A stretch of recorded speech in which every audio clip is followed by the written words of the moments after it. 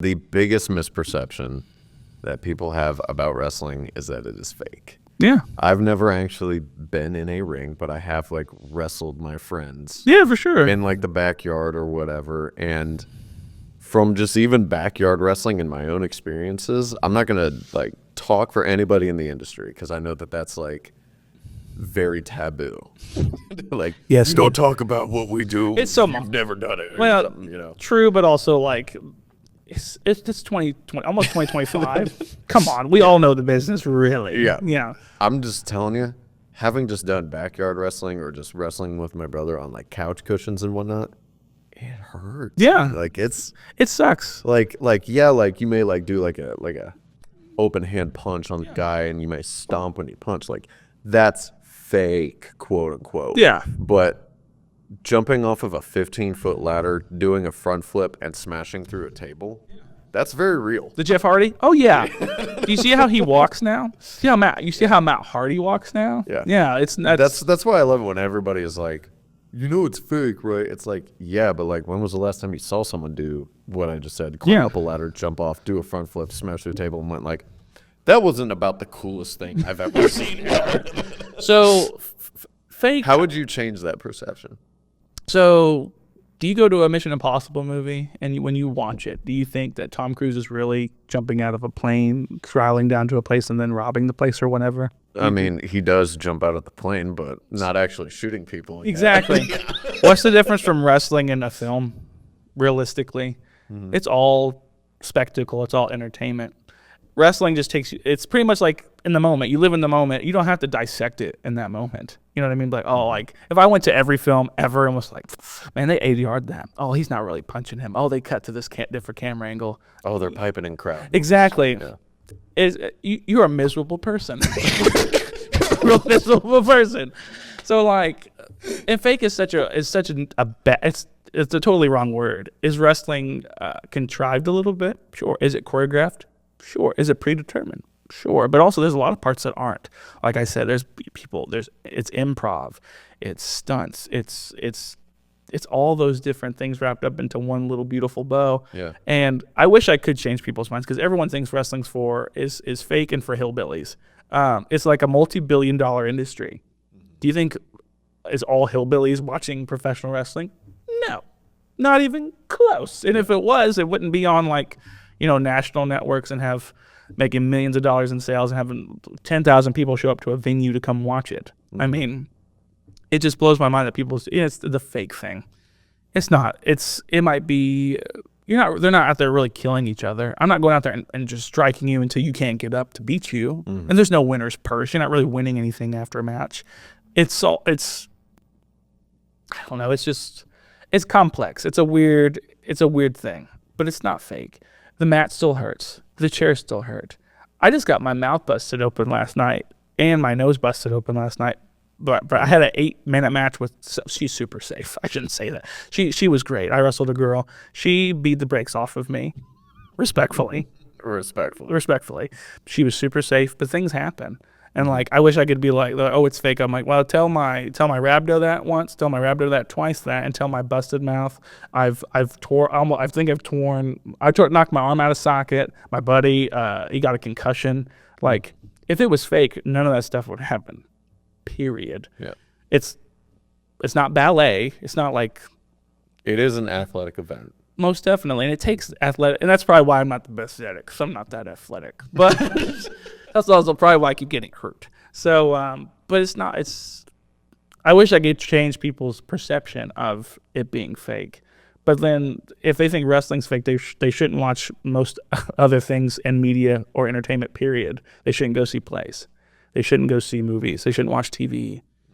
Because it's all, if you break it down to the core of all that, it's all the same. It's all just for your entertainment. So if you're really going to be like, I don't watch it because it's fake. Well, I have fun watching anything on TV, unless like maybe football. And honestly, I think football, a little scripted. I'm just saying that out there. A little bit. I think everything's controlled. It's all controlled by the media. It's whatever, man. I'm almost hesitant to bring this up, but I think it is important to maybe talk about it a little bit. Because we have very briefly already mentioned Chris Benoit. Mm-hmm. Chris Benoit, for those that don't know, 2007? 7. Yep. I was 10 years old, and I went home and ran home when I heard. I watched Raw live that night from when that happened. Yeah, I remember that day so vividly. He essentially just got into a fit of rage, killed his wife and son over a weekend, and then later killed himself, I think like a day or two later, which is messed up. Probably, I think if he hadn't done what he did, would be considered by everybody one of the greatest to ever do it. I believe that wholeheartedly. But ultimately, what we have ended up finding out about why he ended up doing what he did was because of CTE, which is incredibly, incredibly real. Oh, yeah. It's not just wrestlers. It is Football players, boxers, hockey players too. It's one of the dangers of the sport where your body has this superpower known as healing. Yeah. And whenever you get a concussion, your body heals itself over time. Back to probably not maybe back to 100% normal, well, back to normal enough. Yeah. CTE is essentially his brain was not healing anymore after all the concussions that he was taking. So essentially his brain was an 80-year-old with dementia. Yeah. At like 42 or something. And that's just one of the unfortunate dangers of the sport. So I'm curious to know your take on the dangers of the sport and, I guess just the harsh reality of it. Sure. Yeah. You said Benoit was people consider one of the greatest of all time. With excluding that, because of that happened, they really exclude him from the list. Oh yeah, he's been absolutely blacklisted. Yeah, there's only a couple of wrestlers that you'll never hear or see in certain wrestling companies, and he is one of them. Here's what I will say, and this will be real brief. And I'm not a strong opinion guy by any means. I'm pretty Switzerland on everything. But I can and maybe this is wrong. I can always separate the body of work from the person. I'm not saying what he did was right. So you can separate the art from the artist. Yeah, okay. Exactly. So to me, he will always be one of the greatest of all time. Will always be one of my favorites. But what he did was heinous. And I'm not saying the CTE justified that. But I will say, I'm glad since then a lot of things changed in wrestling. The CTE thing came more to the forefront because Christopher Nowosky, a Harvard graduate and also a professional wrestler at one point in time, he kind of spearheaded it and been like, hey, man, that's a real problem. We really need to take care of this. And that's why they kind of changed. There was going to be no more headshots with chairs because that was a big cause of it. I mean, people are swinging these chairs going 45, 55 miles an hour and just cracking someone over the head. And they're like, yeah, they'll be fine. No, you won't be fine. Yeah. I think the worst chair shot in history was the Eddie Guerrero JBL one. Where he gigged way too hard and he gigged way too. I mean, you listen to the sound it made bouncing off of his JBL skull. threw mean ones. JBL, I saw the one he did with no, he actually took one. It was a receipt. He took one from Stevie Richards after he pummeled Blue Meanie at like ECW One Night Stand, and he teed off. And JBL actually, I don't think he gigged. I think he got color hard way and just bled. Chair shots aren't fun. Chair shots aren't fun. Just in case we need to clear it. Goes way too close That is together. a real chair. Like, it's not a fake chair. No, it's 100%. I mean, there's ways, of course, like in everything in wrestling, there's safe ways to do things. Some guys are like hardcore deathmatch guys. They like taking, or normal people. So every once in a while, I think if it makes sense in the story to take a chair shot, I will take a chair shot. In the head, probably not my first go-to. Eventually, maybe, sure, but I'm not going to take it like where Mick Foley got 4 or 5 of them when he got cracked by The Rock when he handcuffed him in their I Quit match in like the late '90s. So, not doing that. Gotcha. But it is a big issue. There's a lot of like real true issues with like people getting paralyzed in the ring and dying in the ring and all them other head and neck injuries, back injuries. Your back goes, your body goes, everything goes. Same thing for your neck. But CTE is a big problem in wrestling. It's a big problem, period. But I will say I'm glad things have changed from that to kind of make it more cautious. Because I often also notice that a lot of fan response to like making the wrestlers safer, the common response is, well, they know what they signed up for when they got into this industry, which is a very understandable and reasonable argument to have, but still, like, Yeah. you got to take care of the guy. Yeah, for sure. Because if you're like, well, they knew what they signed up for.